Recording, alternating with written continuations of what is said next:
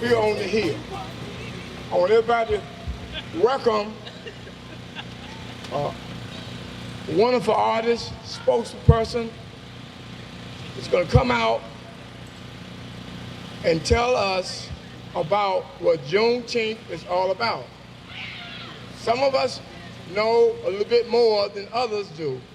I think we're becoming more and more aware of the event, but some they take time and they really study it, and they help us to understand that so much that we see and have been done was done by our people. Our people. And say it this way, instead of saying the names have been changed to protect the innocent, I'm going to say the names have been changed to protect the guilty. So, like everybody, welcome Ms. Sauuda Eshè. Thank you, Freddie. And thank you all for being out here. I want you to give yourselves a hand, first of all, and I'll tell you why in a minute. Just celebrate yourself right now. Okay, y'all can't do no better than that. Celebrate your children then. All right. As Freddie said, I'm Sauuda Eshè. Most people just call me Eshè. And I'm from Rocky Mount. And I am a storyteller. I'm a member of the NCABS Association, which is the North Carolina Association of Black Storytellers, and also the National Association of Black Storytellers. But even more than that, I'm black. Yeah, and we're celebrating that on today. Now, I didn't come to entertain.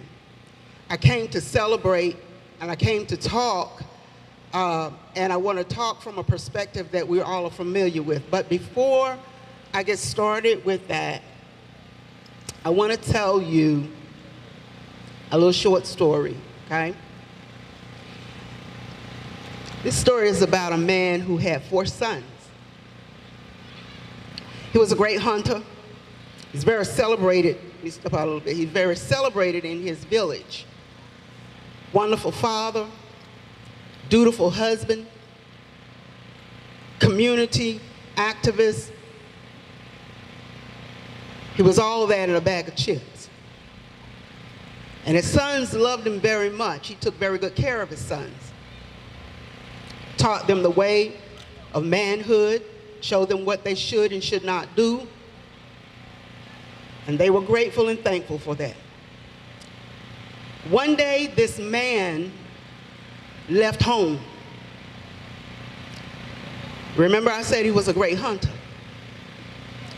And he left his house and he went out to hunt.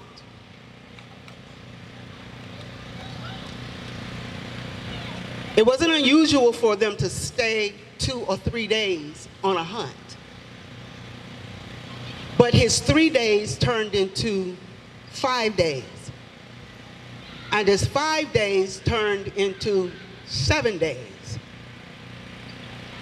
And after a while, weeks passed.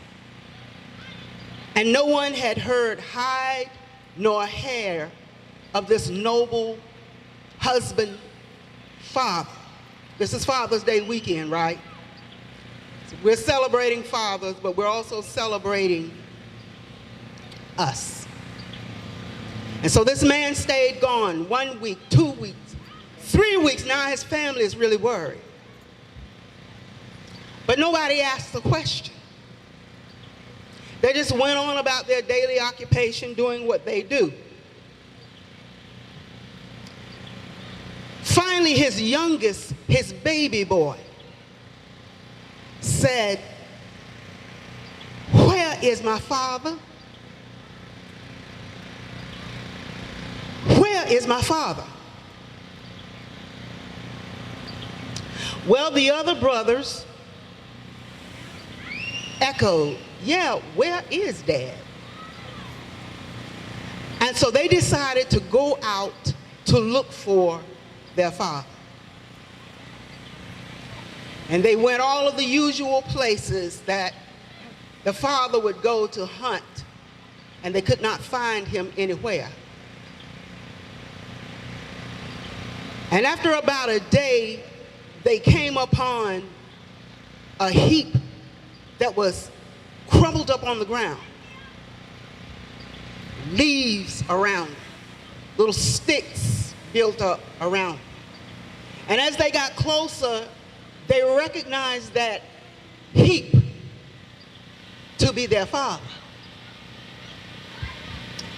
Thankfully, he was not dead because, again, he was a skilled hunter. And he knew the ways of survival in the woods. The first son, who was the eldest, ran to him and said, some animal fell upon him and he has puncture wounds, but I am a skilled healer and I will dress father's wounds. The second son said, but if you dress the wounds, how are we going to get him back to the village where he can get special attention? I know, because I am an expert carpenter and I can build whatever is needed. And so he went to work and he built a cart wherein they could remove their father and take him back into the compound. The other son said, well, if we get him to the compound, he's going to need some food because, after all, he didn't come back with any. I learned the art of hunting from Dad. And so let me go and get something, and by the time we get him home, I will have it there and I will have it prepared, and we can nourish him back to health. And so the brothers got together and they bound the wounds of their father and put him in the cart and got him back to the compound and started to feed him a stew. And by, after many days, he regained his strength. And as it was their custom, they threw a great feast in his honor. And all of the people from around the village and all of the noblemen and anybody who was of any importance attended the feast. And of course, they killed a cow. And after preparing the cow, this noble hunter decided that he would make a cow tail switch. Now, some of you may have seen this before. Anybody ever seen Coming to America? Y'all seen that, right? This is a cow tail switch. And so the father constructed a very elaborate cow tail switch, which was a sign of honor. Even in Africa today, you will see noble people with a cow tail switch. And the people around him saw this cow tail switch and they said, I've never seen such a thing. How did he do that? How did he assemble the hairs like that? What is it adorned in? I would like to have a cow tail switch like that. In fact, I'd like to have that one. And the father said, no, no, no, no, no. This cow tail switch will be given to one of my sons. Well, upon hearing that, all of the sons began to posture themselves. I'm the one that he's going to give it to. After all, I was the one who bound his wounds when we found him. And the other son said, no, no, no, no, no. I am the one that he will give it to because I built the cart and I moved him from his place of desperation back into the compound where he could be comforted. The other son said, "No, it is I who will get the cowtail switch. After all, I was the one who created the meal that nourished father back to health." And after considering everything, the father called the three sons before him. And as they stood expecting, he stepped forward and he raised the cowtail switch. And he said, "This son will receive the honor." It was not the son who bound his wounds. It was not the son who built the cart, nor was it the son who made the stick. But it was the baby boy that he gave the honor to. Why? Because he was the one who first asked the question, "Where is my father?" No one else asked or was concerned, but it was the baby boy who asked, "Where is my father?" For they would not have been able to find him or bind him or move him or feed him had they not sought after him. That baby boy remembered his father. And so it is with us that we have to remember those who came before us. Because an African proverb says that a man or a woman never dies unless we forget them. That is the only way that they will die, if they are forgotten. And if we cease to bring them up to our remembrance. So at this time, we are going to remember. And we are going into our libations portion, and I'm not going to be here very long because the sun is hot. But I do want to make sure that we understand libations. Now, I don't know how many of you have ever participated in a libation ceremony, or even if you know the significance of it. And I always make reference to movies because a lot of times we see things in movies, and movies borrow a lot from our culture. So by a show of hands, and I know I'm dating myself, but it's okay because I'm glad to be here. By show of hands, how many of you have ever seen Boys in the Hood? By show of hands. Show of hands. Boys in the Hood. Do you remember what it was they did to remember their fallen comrades? What did they do? They poured some out, didn't they?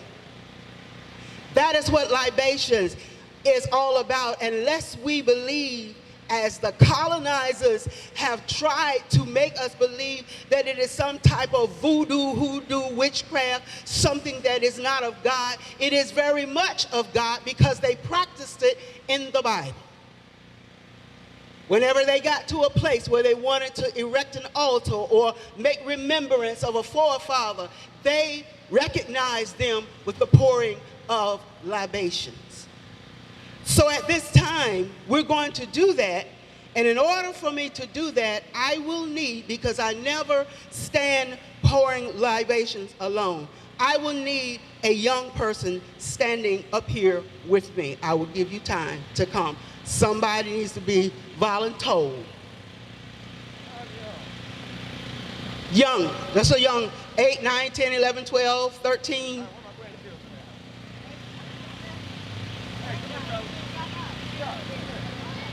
Why do I do this? Because if we don't teach our children to do these things where we have some control up here on this hill, on this land, where nobody can tell us what we can say or what we can do or how to do it. Y'all know what's going on with those three hideous words, those three hideous letters that they keep throwing around, CRT. Y'all know. Basically, you can't talk about your history. You can't teach your history. You can't expound on your history. You can't even recognize yourself in the history without it becoming a political football. Not here today. Not here today. And so we have, look at these young folk. Give them a hand, give them a hand, give them a hand. Yes.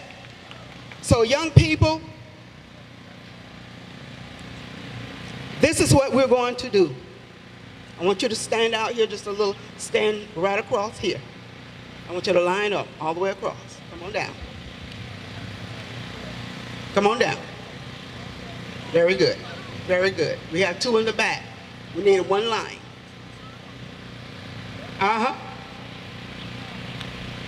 Very good. Very good. What we're going to do is call out the names of our deceased loved ones. Now, I said this morning, because I did this ceremony this morning in Rocky Mount, and what I said to them is simply this: I really don't care how they got here. None of my business. In wedlock, out of wedlock, locked up, locked down, locked out, I don't care. But the real crux of the matter is that they were here. And they mattered to someone. They left a part of their hearts here with someone. Someone misses someone. And they remember that they walked this earth. And that is what libations is all about. So what we are going to do, young folk,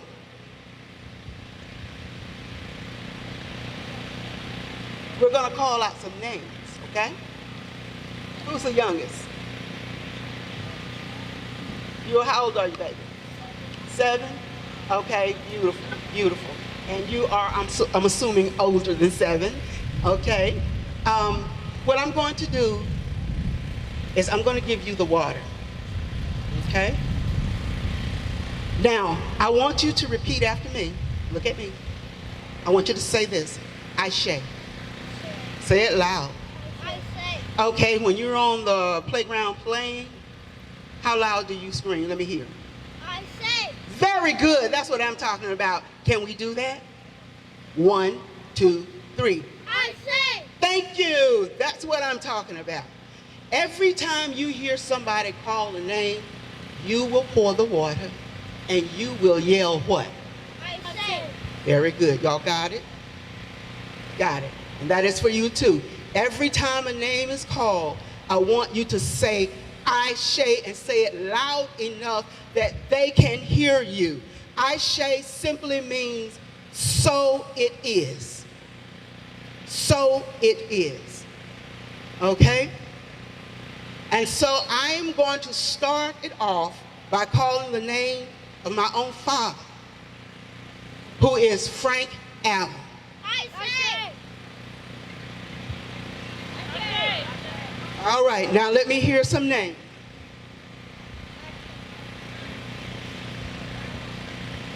Eshè. Eshè. Eshè. Eshè. Come on, y'all. Eshè. Eshè. Call somebody's name. They're not here anymore. Eshè. Who else? Eshè. Who else? Anybody else? Eshè. Louise Williams. Henry Allen. Muhammad Ali. Cicely Tyson. Tina Turner. Come on, y'all know him. Who else?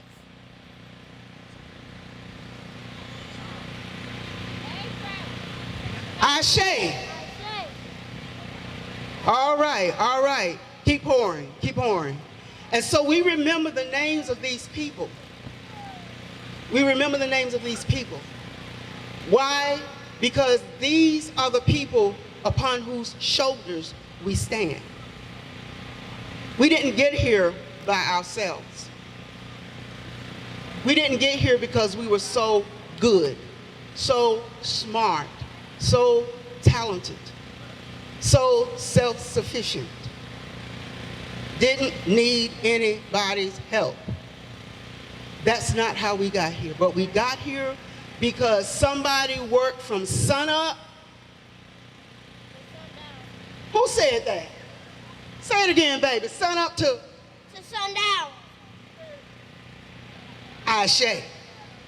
They work from can't see in the morning till can't see at night. And so we honor them with these babies, with these young people who are standing here on today. Y'all never forget that you must honor not only those who have gone away, but also those who still live. You honor and you respect them. You listen to them and you take what they say and you think about it. Because once they are no longer here, you will have those words on the inside of you and inside of your head, your mind, to guide you along the way. This is what libations is all about. Eshè, Eshè, Eshè. Give them a hand. Thank you.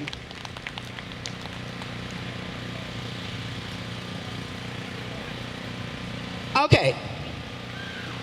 So I just want to talk about 5 minutes. That's about all I got left. About why we're here. Okay? We like to party. We like the beat. We like the food.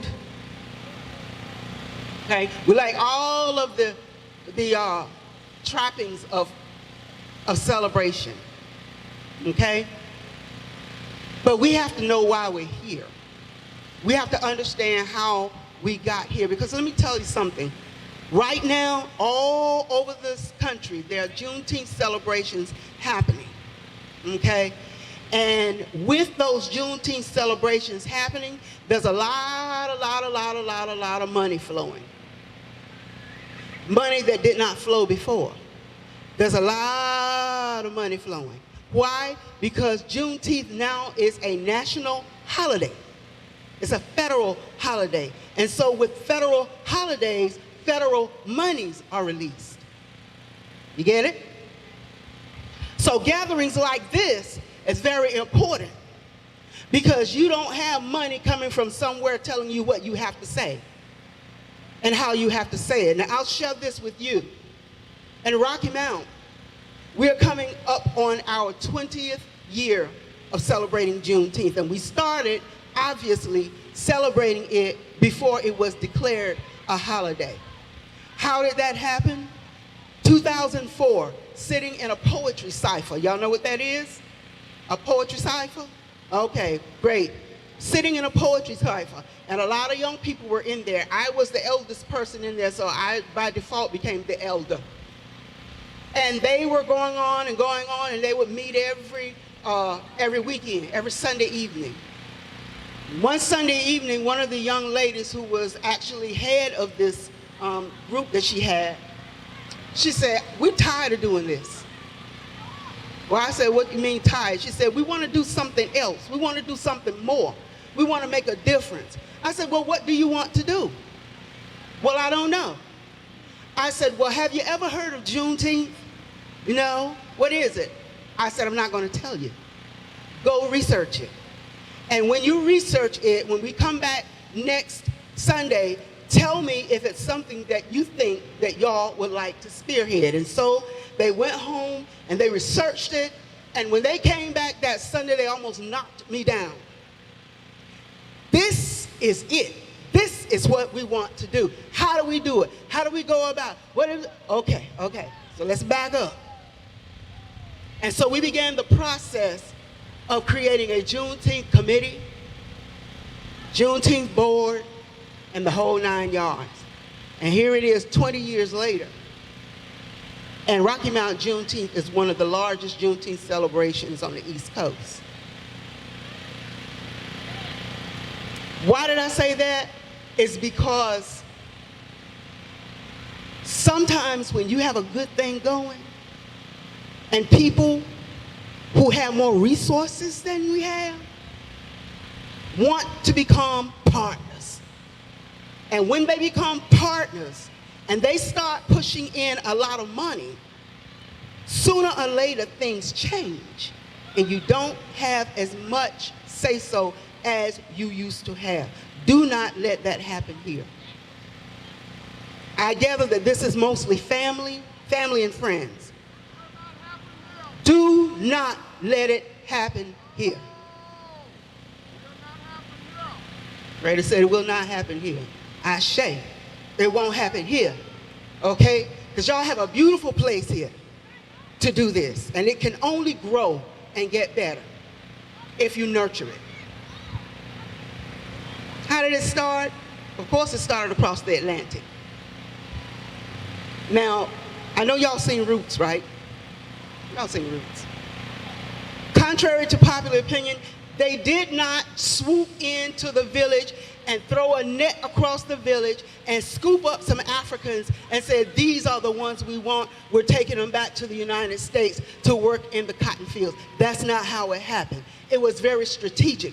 They thought about what products they needed to produce. And so they went to certain parts of Africa and got the people who were able to do that. Out of West Africa, they pulled the agriculturalists, those who knew how, especially along the rice coast, who knew how to grow rice. If you go down to Georgia right now, along the coast of Georgia, that's where you will find the Gullah Geechee people who have retained almost 100% of their African heritage once they crossed the Atlantic. There's a lot of rice growing down there. They said, we need somebody to cultivate cotton. So let's go to where the cotton growers are, where they know the ground, where they know how to harvest, and let's bring them back. What they actually did was put in orders. They put orders in. And this is who they brought back on those tightly packed ships. And that trip from there here was called the Ma'afa. Get used to hearing these foreign words, Ma'afa, okay? AKA the Black Holocaust. We've heard of Holocaust, right? The Black Holocaust, where millions of us died. Once we got here on the shores, it changed from Ma'afa to diaspora, and this is where you are living, in the diaspora right now. All the things that we're fighting for, all of the rights and the privileges, all of the struggles that we're having, in the diaspora, this is where we're living. Time passed, and I won't go through the whole history. I'm going to fast forward it to how we got to Juneteenth. There came a time where a president was elected by the name of Abraham Lincoln, right? And we have learned in school, and I don't know if y'all learned it, but they taught it to us, that Abraham Lincoln freed the slaves. Yeah, y'all heard that, right? Abraham Lincoln freed the slaves by way of what? What was the document? The Emancipation Proclamation. That's what we were taught. The Emancipation Proclamation freed the slaves. And by the way, I use the term slaves, but I will tell you that no slave ever came out of Africa. Not one, zero, zip. Not one slave came out of Africa. Well, Eshè, where did it come from? People came out of Africa, and they were enslaved. But no one ever brought a slave from Africa. These were people just like you and myself. These were people who had farms. These were people who had businesses. These were people who were kings and queens. And yes, we were kings and queens, but please don't teach your children that Africa was comprised of kings and queens and that's it. Because not everybody was a king and a queen. There had to be subjects. So there were ordinary people just like you and myself that went about their daily business in Africa. These were the people that had lives and you never hear anyone talk about them. These were the people who were captured along with kings and queens and brought over here. So Abraham Lincoln was president. And a fight between the states arose. And some states, 10 of them, as a matter of fact, said, we don't want to be a part of y'all anymore because y'all won't let us do what we want to do. Y'all all in our business. We want to keep slaves and y'all all in our business. So we don't want no parts of you anymore. We're going to secede. That means we're leaving y'all. And when they did that, then you had the Confederate States and the Union Army, and that is what gave rise to the Civil War that you hear so much about. Okay? Well, there came a time when Abraham Lincoln said, listen, I can't have the United States split like this. I can't have it like this. What he did was, in September 22 of 1862, he drafted something called the Emancipation Proclamation, which did not free one slave along the border states, that is. But it was directed towards those states in the deep South, like Mississippi, Alabama, Texas, Arkansas, out further west, Georgia, South Carolina, good old North Carolina, Virginia, Delaware, moving on up. It was directed at them. Why? Because he was trying to pressure them into rejoining the Union. But it didn't work.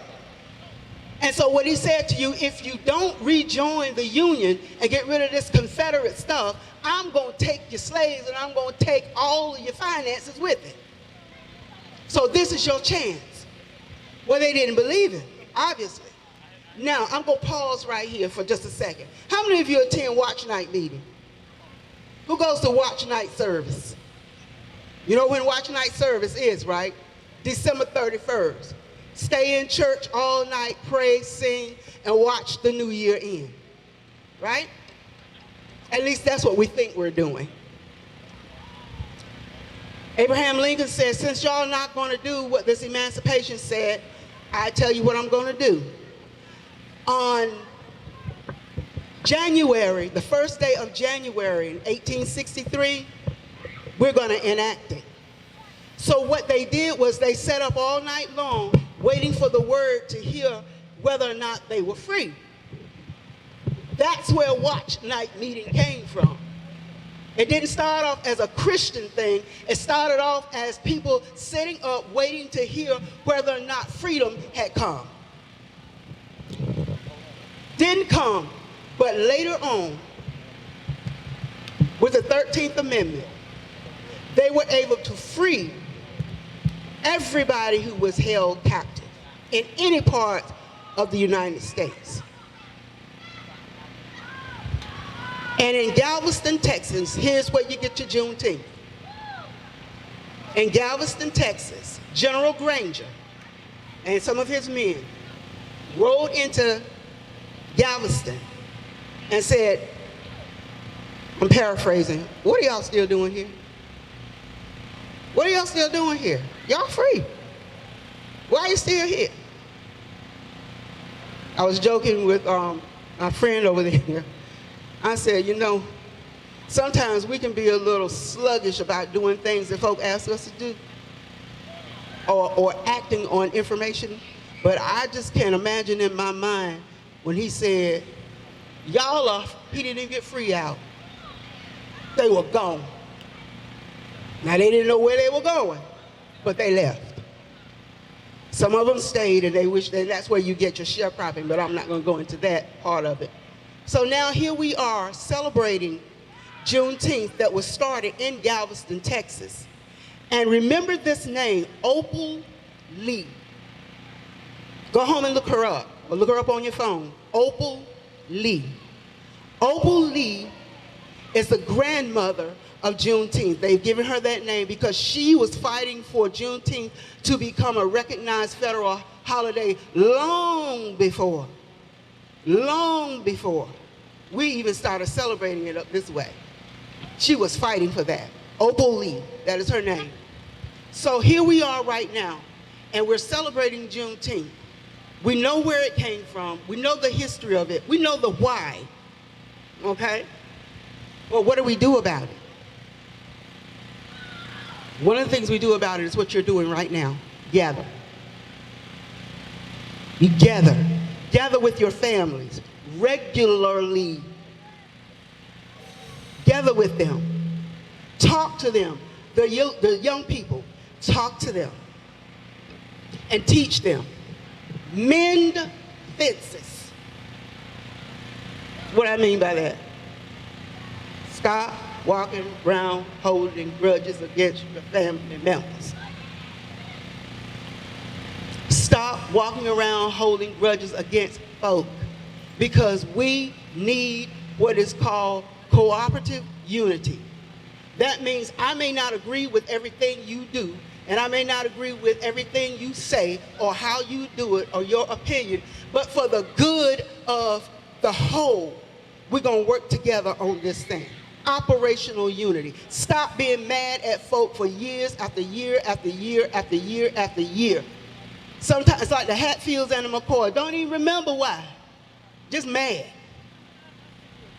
Can't get together for holidays, can't get together for birthdays, can't get together to celebrate the kids without something jumping off. That's not how we do it. That is not what Juneteenth brought us to. And the last thing I want to say is show up. Show up when it's important. You can't have anything to say if you don't show up. How you gonna give an opinion? How you gonna speak those things that need to be spoken if you don't show up? Show up. And when I say show up, I'm talking about not just in your family. I'm talking about show up at school. Show up for those meetings. Don't just show up when you're mad at the teacher. Don't just show up when you're ready to bless the teacher out and bless out all of the administrators and everybody. Don't just show up. Show up when decisions are being made. Show up at the school board meeting. Show up at the city council meetings. Show up because we have something to say and we have a right to be heard. That is what this whole Juneteenth piece is about. So from this day forward, when you get together, I don't know if y'all have a committee or how you do it here or whatever, but when you get together, think about how you can implement some things out here like, where's the voter registration booth?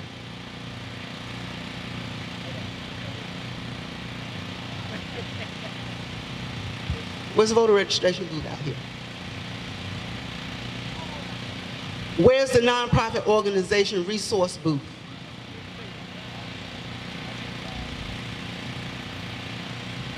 See what I'm saying? When you get together next year and you start planning this, bouncy houses are good. I wish many days I could get in there and bounce, but it won't end well. That won't end well. But they're having fun over there. Draw them in. Do something deliberate for the children out here so that it can engage their minds next year. Okay? That's how you grow your Juneteenth. And that's how you touch all of the areas that need to be touched in your community. You have the mechanisms right now. You got all this land. It's beautiful, beautiful land. You have that. You have the music.